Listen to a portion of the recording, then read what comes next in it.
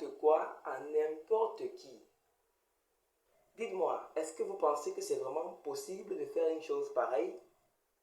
Un exemple très particulier, imaginez qu'il y ait un homme qui est célibataire, qui ne vit avec aucune femme autour de lui. Est-ce que vous pensez qu'il est possible de vendre une garniture de saignement, ce que les femmes utilisent quand elles saignent? Est-ce que vous pensez qu'il est possible, de vendre une garniture comme celle-là à un homme qui est célibataire et qui n'a aucune femme autour de lui? Pour quelle raison devrait-il acheter, vu qu'il ne porte pas de garniture lui-même? Donc, est-ce que vous pensez que c'est possible de faire une chose pareille? Alors, c'est vrai que forcément, vous avez essayé de répondre à cette question par vous-même en me l'entendant prononcer. Voilà. Mais le but de cette question n'est pas d'obtenir une réponse de votre part. Le but de cette question est de comprendre la base du closing. En l'occurrence, la base de la vente. La base de toute vente. Car c'est le but de notre formation aujourd'hui. Donc, pour continuer dans ce sens-ci, je vais me pencher sur une seule possibilité par rapport à cette question. La possibilité, oui, c'est possible de vendre une garniture à un homme qui ne vit avec aucune femme. Je vous explique. Vous savez, la vente en général est basée sur un parcours divisé en 3 parties. L'envie, toujours. L'envie, ça peut être caractérisé par le besoin. Bref, tout ce qui met dans la tête d'un individu le fait qu'il pense qu'il lui faut quelque chose. Donc, l'envie, ou bien le simple fait qu'il pense à quelque chose, c'est mieux de parler comme ça. Rien que penser à quelque chose, ça, c'est l'envie. C'est le premier élément de base quand il s'agit de vendre. Après l'envie, on passe à l'obstacle. Et après l'obstacle, on passe à la décision finale. Je vais vous prendre un exemple très très simple. Un jour, quand je marchais dans les rues de Ndokoti, à Douala, pour ceux qui le savent, j'avais envie de payer une grosse pastèque pour garder à ma mère. Mais je n'avais que 3000 francs CFA sur moi. Et en même temps, moi j'avais envie d'arriver chez moi, j'habite très loin de Ndokoti, voilà, à pratiquement 800 000 francs de transport. Et j'ai envie d'arriver chez moi en ayant environ 500 francs CFA pour m'acheter un jus. Et tout ce que j'avais sur moi, au total, c'était 3000. Même à la maison, je n'avais rien. Maintenant, regardez. Je vais acheter la pastèque. Je regarde une grosse pastèque. Elle me plaît énormément. Et moi, j'imagine en train de payer ça pour donner cela à ma mère. Vous voyez? Donc, automatiquement, donc, il y a une envie qui est créée chez moi. Le fait de voir la pastèque, ça a créé une envie chez moi. Maintenant, dès l'instant où l'envie est créée, automatiquement, les obstacles prennent place. Les obstacles, comme quoi? Je me dis, merde, si je paye une pastèque 2000, j'aurai net 1000 francs sur moi. Et si j'ai un problème en route, par exemple, vu qu'en ayant net 1000 francs sur moi, c'est exactement le transport qu'il me faut pour rentrer à la maison. Comment est-ce que je fais alors que je n'aurai que net 1000 francs sur moi? Sans oublier que j'ai envie de me payer un jus aujourd'hui. Comment je fais pour le jus? Tellement d'interrogations qui ont fait en sorte que ce jour-là, je n'ai pas acheté la pastèque. Pourquoi? Parce que je me suis interrogé, je me suis dit, est-ce que c'est... Non, je vais acheter une autre fois et je n'ai pas acheté. Et c'est pourquoi ma décision finale, effectivement, a été de conserver l'argent que j'ai ou encore d'acheter un truc beaucoup moins coûteux, et de garder cela à ma mère. Je viens de décrire une situation que la plupart d'entre vous avez déjà traversée.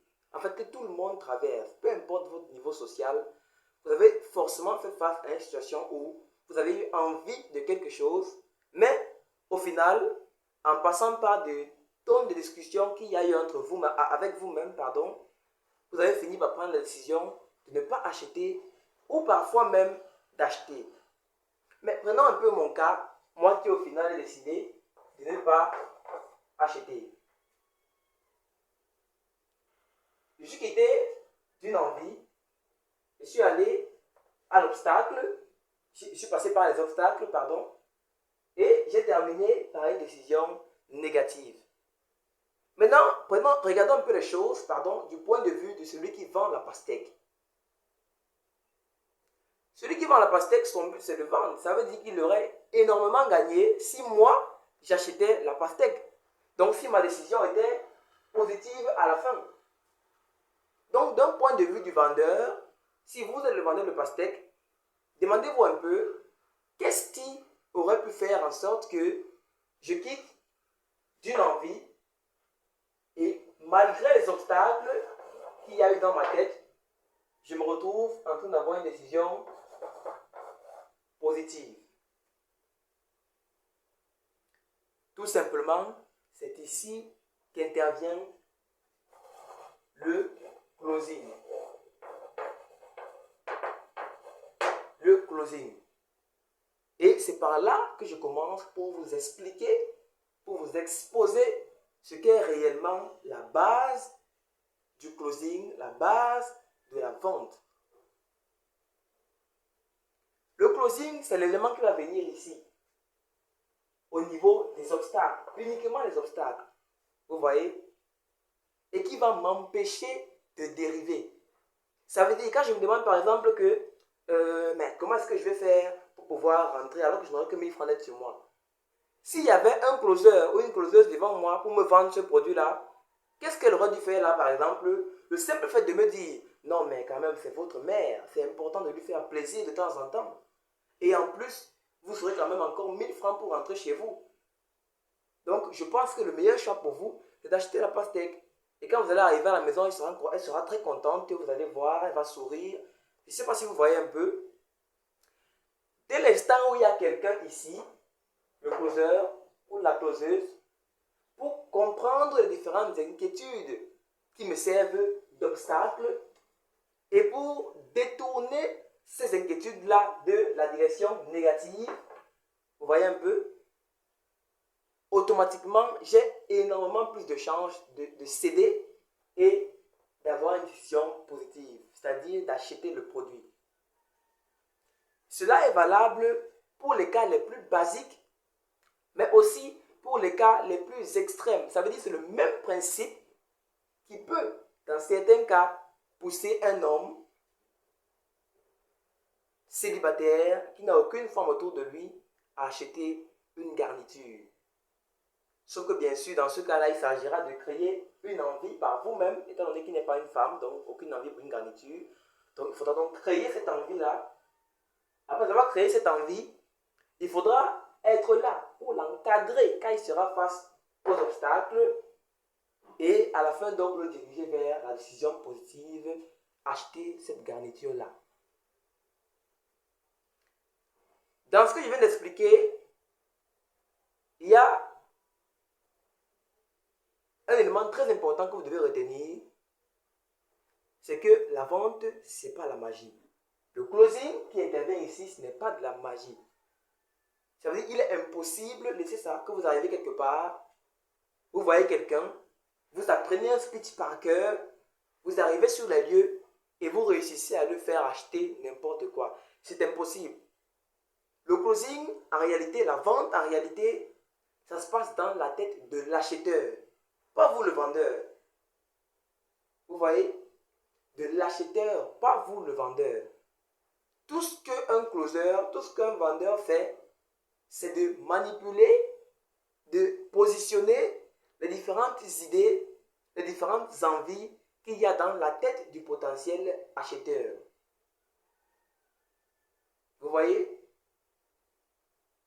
C'est pourquoi je vais effacer ceci et je vais vous expliquer donc dans votre carrière de closer quelle doit être votre base.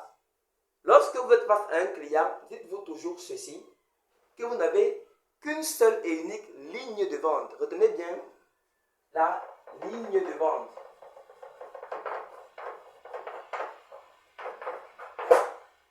Et c'est quoi cette ligne de vente? Très simple. Premier point, le contact. Second point, la discussion. Et troisième point, la décision finale. Retenez que vous devez, à chaque fois que vous causez avec un potentiel client, dites-vous que vous devez respecter cette ligne de vente aussi. Le contact, la discussion et la décision. Avant de clôturer cette vidéo introductive et de passer au prochain point de notre formation, je vais vous expliquer rapidement qu'est-ce que chacune de ces étapes-ci signifie réellement. Le contact, c'est quoi? C'est la prise de contact avec le potentiel client, c'est la mise dans le contexte, la mise en contexte. Imaginons que je vends par exemple, je ne sais pas, des t-shirts pour la Saint-Valentin. Un client m'écrit, venant d'une quelconque publicité n'importe où, et il me dit qu'il est intéressé par mes t-shirts. Et moi, pour éviter de perdre de temps, comme naturellement bien sûr, je l'appelle pour exercer mon closing sur lui. La première étape, c'est la prise de contact, c'est-à-dire casser le concept de l'inconnu. Quand je l'appelle sur son téléphone, je dois commencer par briser le concept de l'inconnu, mettre rapidement le contexte en jeu, vous voyez un peu, pour qu'il se dise, ah d'accord, je comprends d'où tu viens, et pour qu'il soit même confiant et rassuré, pour qu'il soit préparé pour la prochaine étape, qui est donc l'étape de discussion. Alors, dans l'étape de discussion, ici, comme j'ai dit, pas de magie à opérer. Tout ce que vous allez faire, c'est juste comprendre ce que votre prospect est en train de dire et de retourner ce qu'il dit en la faveur de la décision positive. Et donc, la fin de votre ligne de vente sera donc ce qu'on va appeler la conclusion. Ici, il s'agira toujours et toujours de conclure par une décision positive. Vous voyez, ça peut ne pas être forcément la vente immédiate. Il peut vous dire, malgré tous vos efforts, plus tard, il peut vous renvoyer à plus tard. Vous devez trouver un moyen, si vous renvoie à plus tard, de finir par une conclusion positive. La conclusion positive, par exemple, pourrait être le fait d'avoir un accord avec lui sur le fait que vous allez l'appeler plus tard. C'est positif, malgré tout. Bref, tout ce qui est positif et tout ce qui évite le fait de couper tout contact entre vous et le prospect. Donc, le principe est très simple. Chaque fois que vous appelez un client, vous devez avoir déjà des éléments préparés pour la prise de contact. Au niveau de la discussion, vous devez dire des choses qui vont uniquement et principalement dans le sens de la décision positive, c'est-à-dire acheter votre produit. Et contrer les obstacles du client, donc revient ici, à se dire, à chaque fois que le client va essayer de dévier, il dit par exemple que, mais est-ce que le produit là est fiable? Est-ce que ça va vraiment me servir? À chaque fois qu'il essaie de dévier, ne réfléchissez pas trop. Ne sortez pas les choses venant du ciel. Prenez les propres mots qu'il a utilisés et utilisez ces mots-là pour le ramener sur la ligne de vente. C'est-à-dire la ligne qui va le conduire jusqu'au moment d'acheter. C'est pourquoi, dans la prochaine vidéo, on va voir ensemble la prise de contact. Comment ça se passe?